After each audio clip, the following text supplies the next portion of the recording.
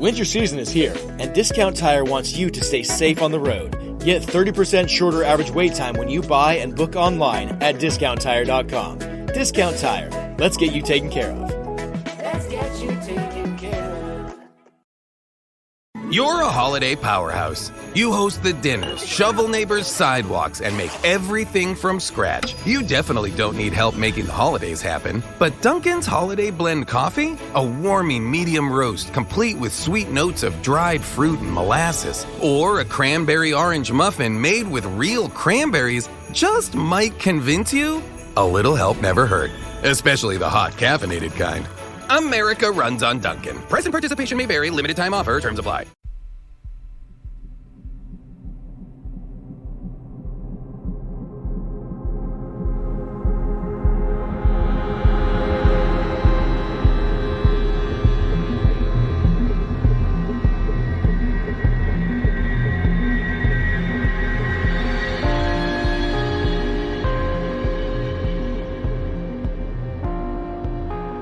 Hello and welcome to episode 179 of Real Life Ghost Stories. To kick things off this week, I need to thank some of our newest Patreon subscribers. I would like to thank Morgan Young, Chris Rudolph, Christy and Ashley, Jesse Soraya, Chris Valentine, Nate Ryals, Samantha Como, Jen Deleskowitz, Joe Greaves, David Alvarez, Angarad Griffiths, Debs Moss, Amos Brigham, Jeff Hudson, Leslie Friedman, C. Burgee, Scott, Amy Closen, Shelby Yu, and Sherfenturf. Thank you so much for subscribing to the Patreon. I love you and appreciate you every single day. And I will say, I had a lot of pronunciation struggles on this week's subscribers, so I really do apologise if I messed it up royally. It was a tough one this week. Not sure why, but it was a tough one. So let's get into our film review. Our film review this week was Pitch Black. Pitch Black was released in 2000. It has 7.1 out of 10 on IMDb and 59% on Rotten Tomatoes. Deadly nocturnal creatures hunt the survivors of a downed spaceship on a desolate planet. Now, 59% on Rotten Tomatoes. Come on. What's going on there? I feel like whoever, marked Pitch Black down, they need to have a really long, hard look at their own happiness, because this film is a joy. And I know it's a weird one, right? I know people are probably looking going, Pitch Black from the year 2000, that sort of B sci-fi movie with Vin Diesel. Why are you reviewing that? And actually, when I'm currently in Ireland, I got home and I had this real nostalgic urge to watch this film. It was like a craving. Like every so often you're like, oh, I want to watch Jurassic Park, or at Christmas time you're like, oh, I want to watch, The Holiday or Elf or Love Actually or whatever it is. I get that, but with Pitch Black, I had this urge to watch it, and I was not disappointed. So as I was watching it, my brother and I were quoting obscure lines from the film at each other. I mean, I can barely remember what day of the week it is, but I can remember lines from the 2000 film Pitch Black. You joking me? What has gone wrong in my life? But my likes. Firstly, as I said, was not disappointed. I actually think this film is really visually quite beautiful. So we get straight into it with the spaceship crash. It's done really well. And the planet that they land on, this sort of hot, dead, desolate planet, I really enjoyed looking at it visually. I thought there were some very clever camera shots, and I enjoyed the terrain, the world that they created. I enjoyed how all of these characters melded together and didn't meld together, and basically the ship is like a transport ship. It's like a bus or a plane in a kind of in a futuristic world, and as a result you end up with all these people together who really shouldn't be together and wouldn't be together in normal life. But I have to be really honest, okay? I think I love this film purely for Vin Diesel's character Riddick. I haven't seen any of the other films like Chronicles of Riddick or any of those films. I mean, I have some feelings about Riddick. So Vin Diesel plays a villain who is being transported. He's a criminal, and I just you just kind of can't help but both love and fancy him and his character development. I mean, he's not really fundamentally my type, Vin Diesel, or criminals for that matter, like murderers, guys who can dislocate their shoulders, or guys who've had eye surgery so they can see in the dark because of the amount of time they spent in prison. Not really my type, but he's hot in this film. He's hot in this film. I'm just going to say it. And I have to give a props to the monsters. So they land on this planet, the crashes, it knocks out the ship, and then there are monsters. And they are good monsters, and they make a great monster noise. I'm a big fan of a monster noise and how it makes me feel. And this one, I thought if I was on that planet and I heard that noise, I would be instantaneously shitting myself. They're good monsters. I think that's why I like creature features, because the villain is just the villain. They're just monsters. They're just trying to survive, just trying to eat. So you kind of neither love nor hate them. They just are this adversary that the humans have to face, and I really enjoy that about creature features. And that leads me to my dislikes. So on rewatch, I haven't watched this film in a very long time, and on rewatch I realised that the script is definitely not great. It's not a great script. There's a lot of cheesy one-liners which made me cringe a lot. I just felt like, oh, shut your mouth. Don't say things like that. Particularly there's a British character who likes a drink. Like, his character, he just really annoyed me. And lots of the characters, I have to say, really annoyed me. Riddick, much as all as I love him, has this opening monologue, and it is painful to listen to. And on a rewatch, I thought, oh, Riddick, please stop talking. You're really hot, but not right now. And kind of along that same lines, like a lot of the key pivotal moments, the lines that develop the characters and let you know more about the characters and develop their personalities, etc. Those lines made my insides want to shrivel up and turn to dust. It's just not a well-written script. It's very cheesy. There's various points where you just want to beat up a lot of the characters. And I actually realised that I either disliked or was really dismissive of a lot of the characters. Or at the very least, I found them annoying. So that when the monsters rocked up, I was a bit like, yeah, get eaten. Like, see if I care. I don't care if you get eaten. And I get it. It's hard to establish this world and also establish a pretty significant amount of characters and minor characters. So I get it. I get why they can't do that. But I just wasn't that bothered about the characters. And as the script goes, like, I felt like I was raising my eyebrows a lot in this film. I understand that, you need to have certain plot points to move the story along. But Riddick just happens to be able to see in the dark. He happens to have this crazy eyeball surgery on this crazy planet where it's always light, and the predators that live on the planet can only come out in darkness. So they can only come out once every time there's an eclipse.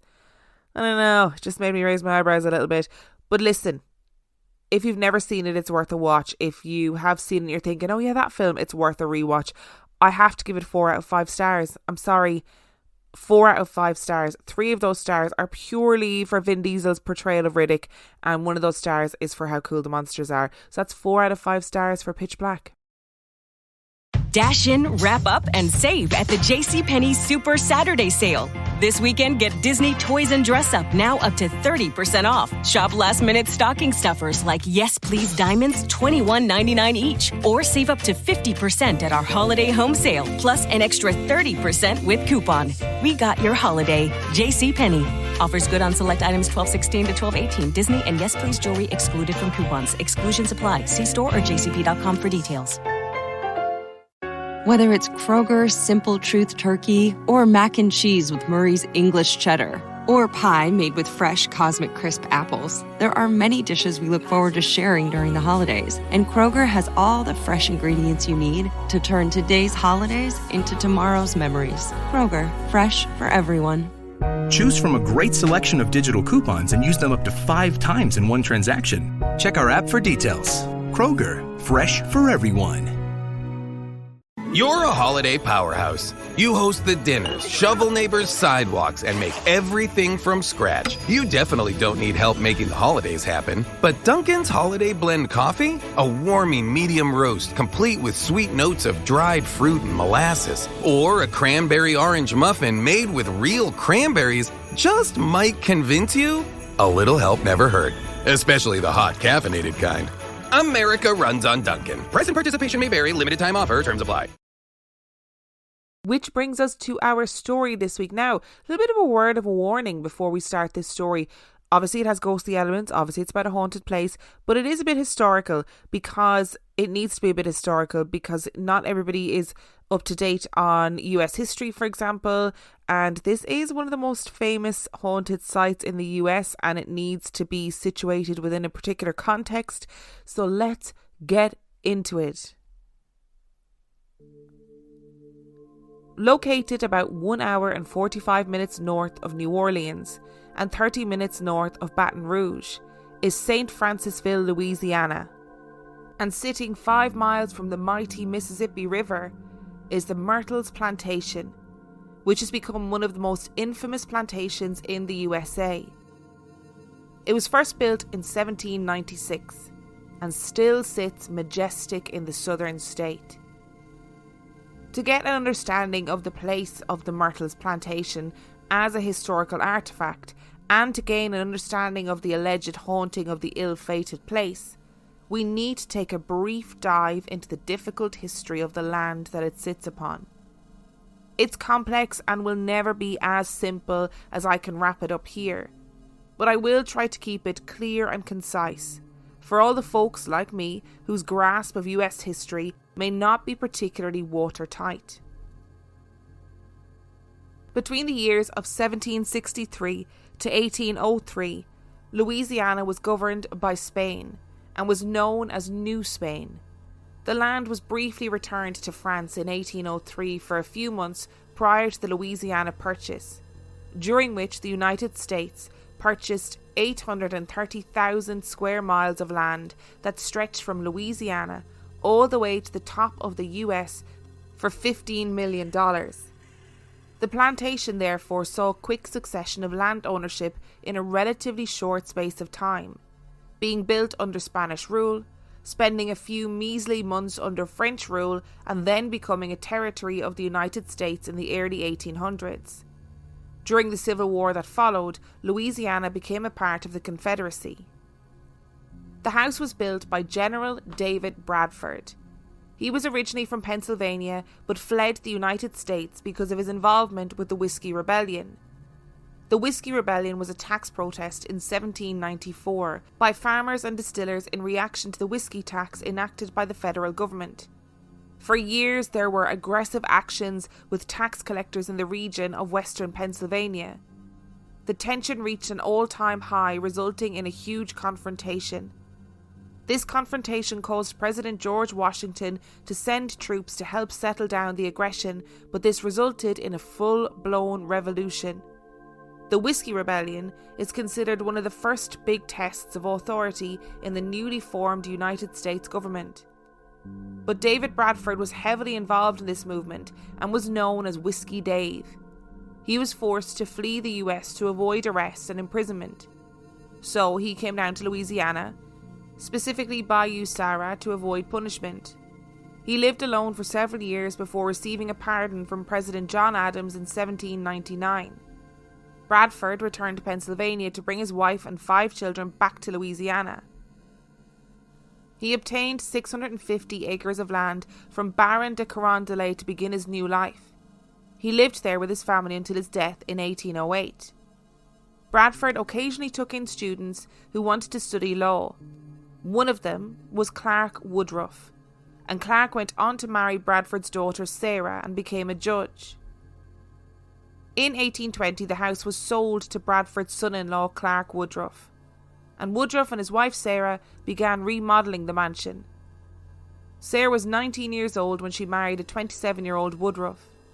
The couple moved in with Sarah's mother, Elizabeth, to help her run the plantation, and the couple had 3 children, Cornelia, James, and Mary. As with any building with a turbulent history, there are many legends and stories associated with Myrtles Plantation, and it is hailed as being one of the most haunted locations in the US.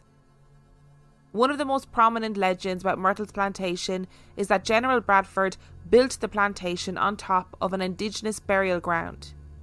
Now, you might have noticed that I never talk about Native American burial grounds anymore, and that was because people reached out to me to explain why the Native American burial ground trope is problematic. The land where Bradford built the house once belonged to the Tunica tribe, a group of indigenous people to this part of Louisiana. Due to the influx of settlers to the lands around Baton Rouge and New Orleans, the Tunica people were forced off their own land and relocated. The rumour was that Bradford cursed his family by building the house on top of a burial ground. While the house was being constructed, he allegedly dug up bodies and bones and had them burned. Cursed Native American land is a common trope in paranormal legends. Whether or not the plantation was built on an authentic native burial ground is unknown.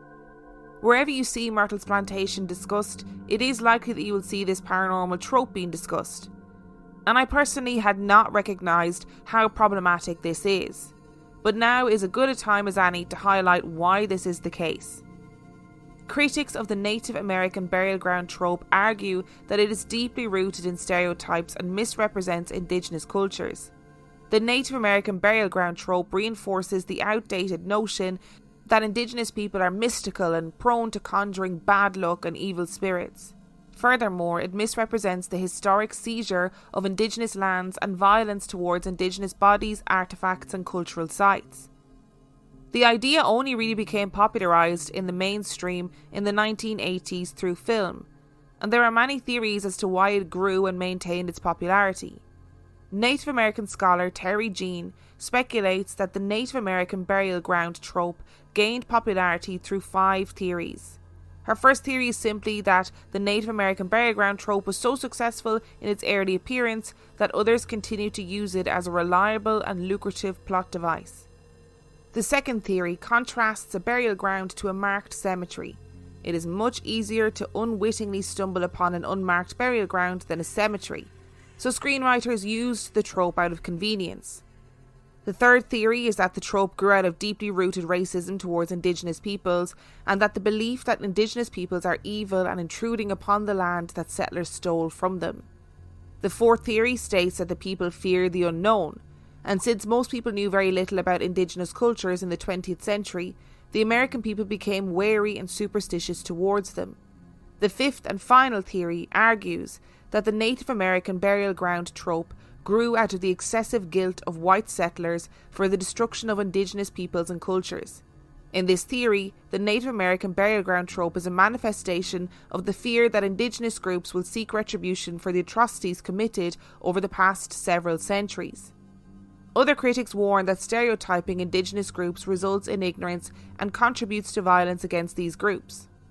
Now, I'm not one to lecture. I've been known to get things wrong, I've been known to say things wrong, but I thought it was important to address this considering it is a widely spread story about Myrtles Plantation, that it was built on top of a Native American burial ground. And like I said, I've had countless people reach out to me to explain this to me over the years, so I thought this is probably the best story in which to address this. So for now, we're going to put that theory aside, and we're going to dive into the ghost stories. Chloe is perhaps the most famous character in the story of the Myrtles Plantation. According to legend, Woodruff took a mistress. She was a black slave girl whom he was particularly cruel to, and so perhaps mistress is not the most appropriate term for the nature of their relationship. Chloe was terrified of Mr. Woodruff, and indeed terrified of the family, and as a result, she resorted to eavesdropping on the Woodruff family so she could better prepare herself for the abuse that might be coming her way, and was warned many times by fellow slaves to be careful and not get caught. But for Chloe, the unknown was more terrifying than the prospect of getting caught. And she was caught, and her punishment was brutal. She was found with her left ear pressed against Woodruff and his wife Sarah's bedroom door, so her left ear was chopped off. Chloe was incredibly angry about losing her ear. Of course she was. She was being abused physically, sexually and emotionally, and now she was being mutilated for trying to figure out ways to best predict her treatment. At this point, she had had enough.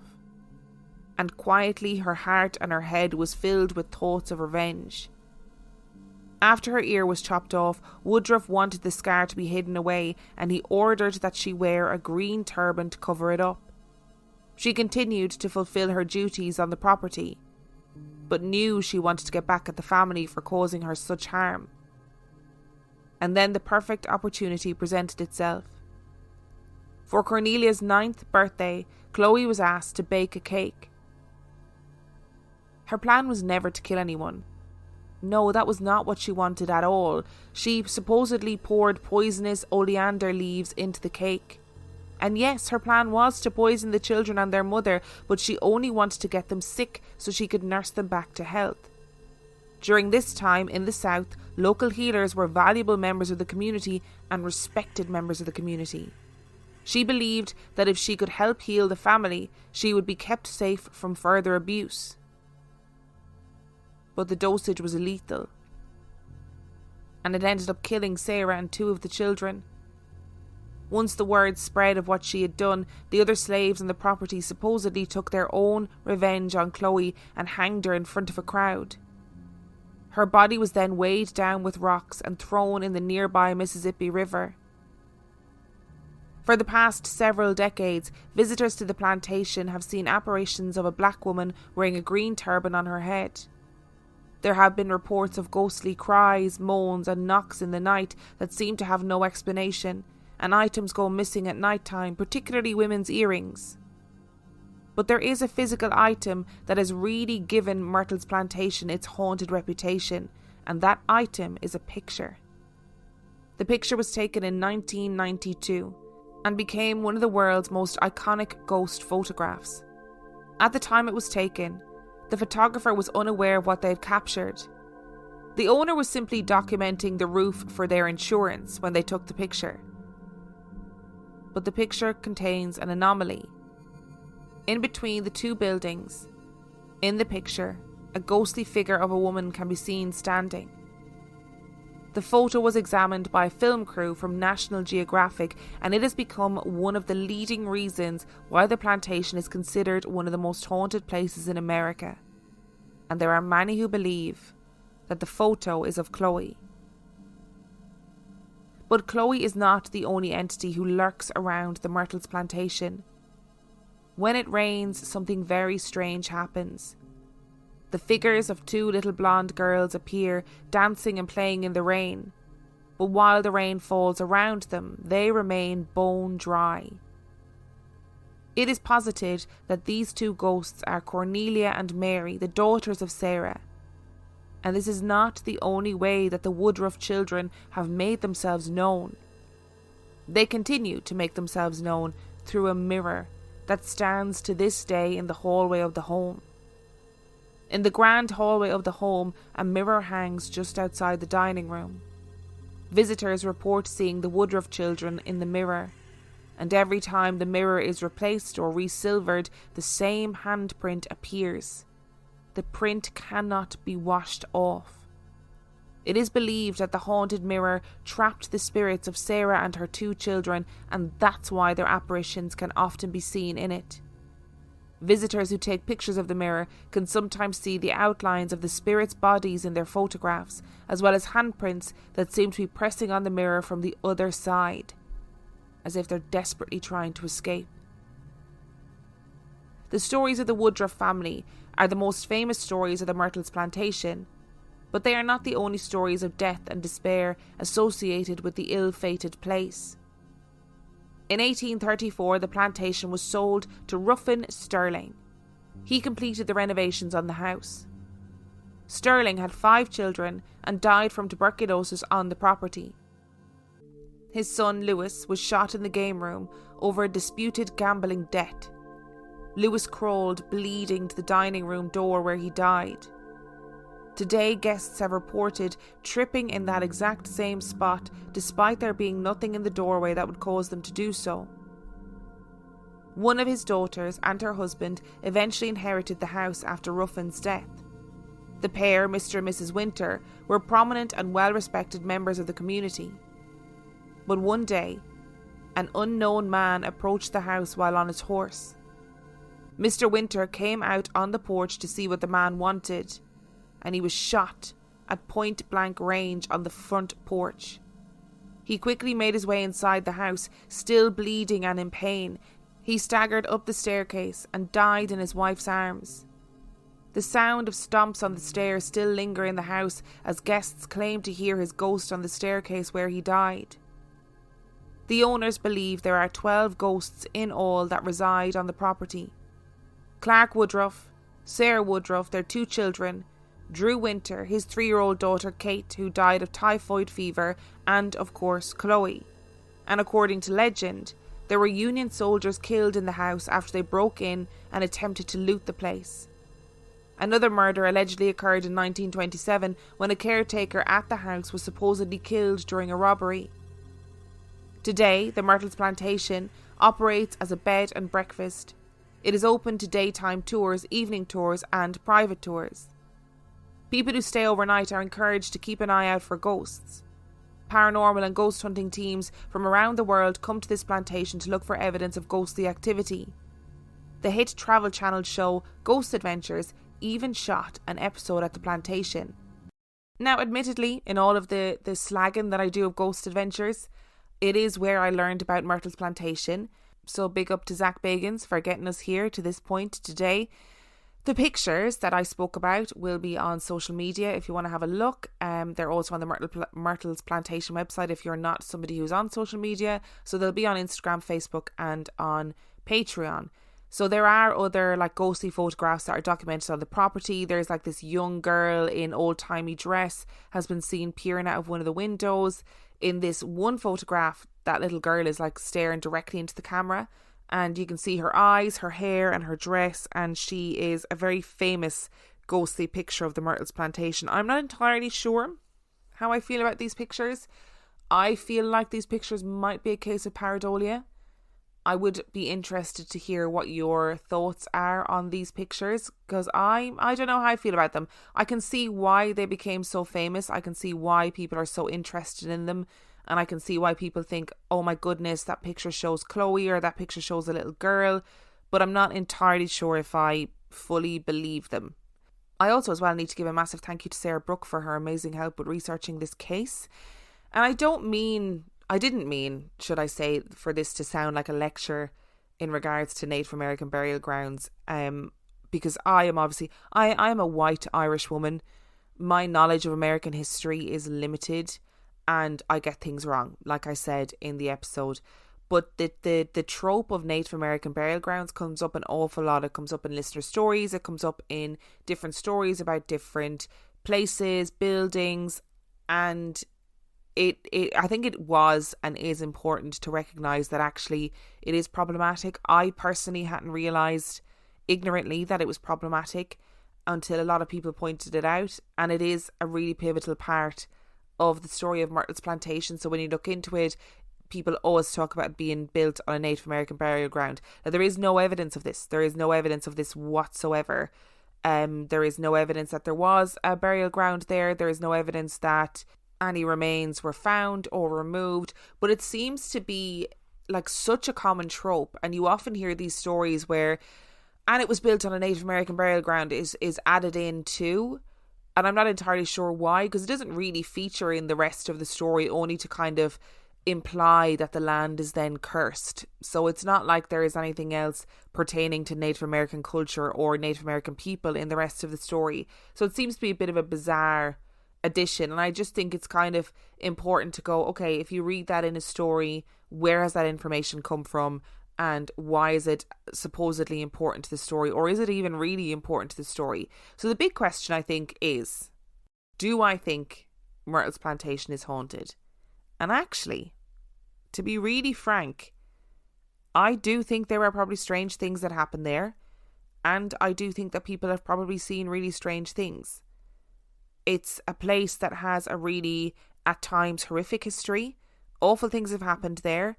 There are documented murders on Myrtles Plantation. There was obviously a lot of slave ownership and slaves treated really badly on that plantation. And I think some really traumatic and horrible things have happened.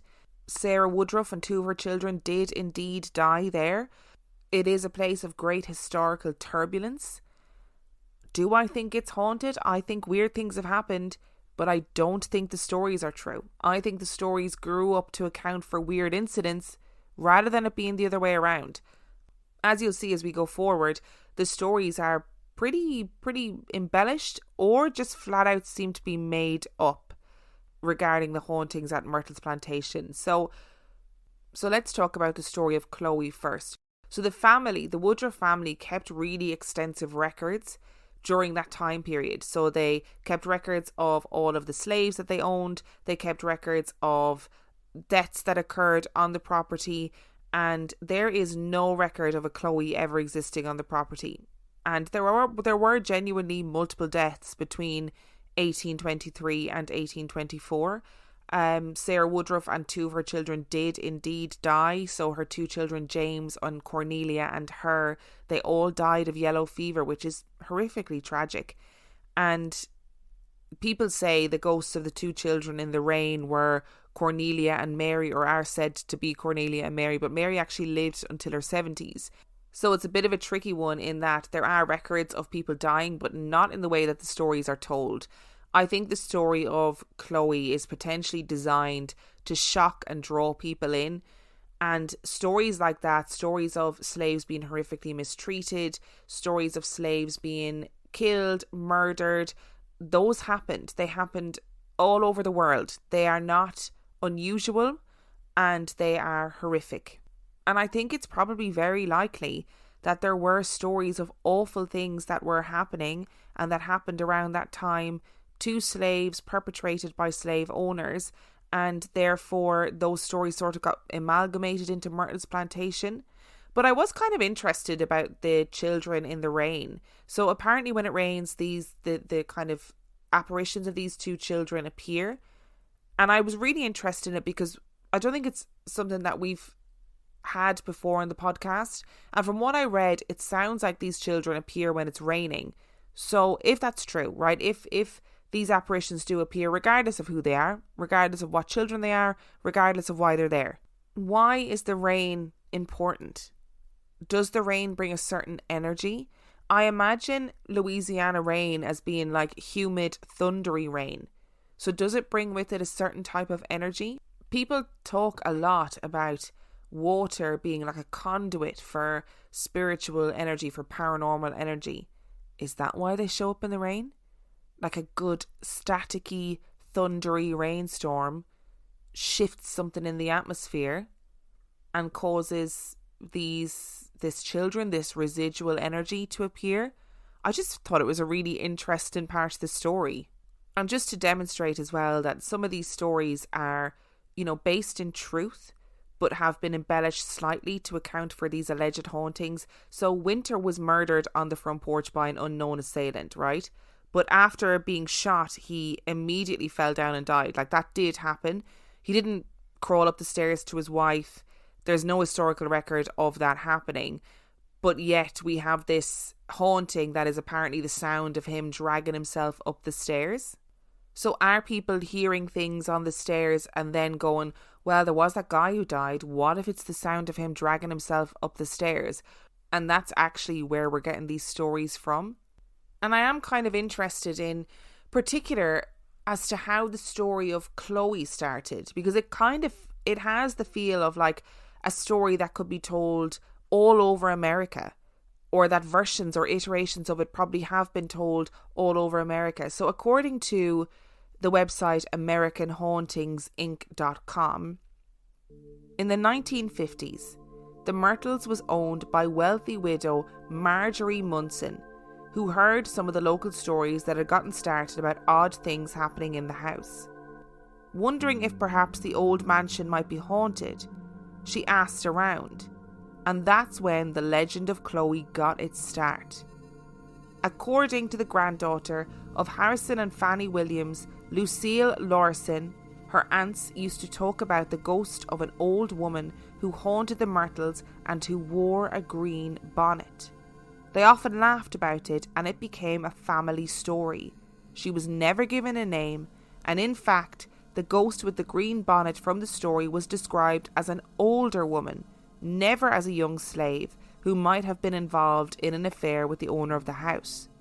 Regardless, someone repeated the story of the Williams family ghost to Marjorie Munson, and she soon penned a song about the ghost of the Myrtles, a woman in a green turban. As time wore on, the story grew and changed. The Myrtles changed hands several more times, and in the 1970s, it was restored again under the ownership of Arlen Deese and Mr. and Mrs. Robert F. Ward. During this period, the story was greatly embellished to include the poison murders and the severed ear. Up until that point, it was largely just a story that was passed on by word of mouth, and it received little attention outside of the area. All of that changed when James and Frances Kiermeen Myers passed through on a riverboat and decided to purchase the Myrtles. The house came furnished with period antiques and enough ghost stories to attract people from all over the country. Soon, the story of the Myrtles was appearing in magazines and books and receiving a warm reception from ghost enthusiasts, who had no idea that what they were hearing was a badly skewed version of the truth. The house appeared in a November 1980 issue of Life magazine, but the first book that mentioned the house was by author Richard Weiner. Both the magazine article and the Weiner book mentioned the poisoned deaths of Sarah and her daughters. As time went on, more and more authors and television crews came calling at the Myrtles. The story changed again, and this time took on even more murders. In addition to the deaths of Sarah and her daughters, and Chloe, it was alleged that as many as 6 other people had been killed in the house. One of them, Lewis Sterling, the oldest son of Rufin Gray Sterling, was alleged to have been stabbed to death in the house over a gambling debt. However, burial records in St. Francisville stated that he died in October 1854 from yellow fever. So the story of Chloe does have like a little kernel of truth in there, of this family ghost, this story of a ghost in a green bonnet, this old woman who haunted the Myrtles. And I do think there are some strange things, like I said, that probably happen in this house and have happened in this house. But the way to get people interested, the way to get people talking, is to make the stories a bit more interesting. And I do think that sometimes as human beings, we don't like to look at our own history. We don't like to look at our own past. And we don't like to look at it and go, God, we were not good. You know, there were times when we were not good, and obviously there's still times when we're not good. And as a result of that, we latch on to these stories in order to either paint like moralistic pictures or to make the history a little bit more palatable, to make it a little bit less sad and just plain tragic. So for example, you've got loads of deaths here by yellow fever, which are trackable, which are traceable, but yet we're rather to tell the story of a man who was murdered over gambling debt. We rather tell the story of a woman and her children who were poisoned. Those stories are far more interesting and far more exciting than just saying this disease ripped through the community and lots of people died. And interestingly, when I started looking at the Myrtles Plantation, I really did think it was going to be a place that was like awash with ghost stories, you know, that there was sightings left, right and centre, sightings here, there and everywhere. And actually what I found is that it's a place that has a turbulent history, a place where there has been a lot of misery and human suffering, but there's very little basis for the stories that have emerged from it in modern times. Am I still really fascinated by the place? Yeah, probably. And I think it's interesting how we've latched on to these ghost stories. I think it's interesting how they grew in the local community, because the local community, you know, from the time these things happened, would have known there was no basis of truth in them, but we still latched on to those stories instead. I find that really interesting. And do I ultimately think that weird things happen there? Yeah, probably. I don't think these ghost stories or the stories about the plantation being haunted came from absolutely nowhere. But I'd love to know your thoughts, particularly on the pictures that I post on social media. Let me know what you think of them. Thank you so much for listening to today's story. Thank you for your patience while I have been changing podcast hosting platforms. It's been a bit tricky, I'm not going to lie. It's been quite difficult. There will probably be episodes that you will listen to where there will be 100 ads and you'll be thinking, what the heck is going on there? I'm in the process of going through all the episodes and making sure that each episode has an appropriate amount of ads, that there aren't too many ads embedded in there, and it's taken a bit of time, but it should hopefully be all good and shiny and new and wonderful as soon as humanly possible. If you would like to find out any information about Real Life Ghost Stories, you can do so by checking out the website reallifeghoststoriespodcast.com. If you are also interested in sending in your own spooky story, send it to reallifeghoststoriespodcast@gmail.com. Please do send them in. I love getting them. I love receiving them. And since I recently did a call out for more stories, I've been inundated and it has been great. If you are desperate for more spooky content, you can sign up to patreon.com/Real Life Ghost Stories, where for $5 a month or $2 a month, you get access to heaps of extra content, as well as every single main and mini episode completely ad free. And on that note, I shall see you next time.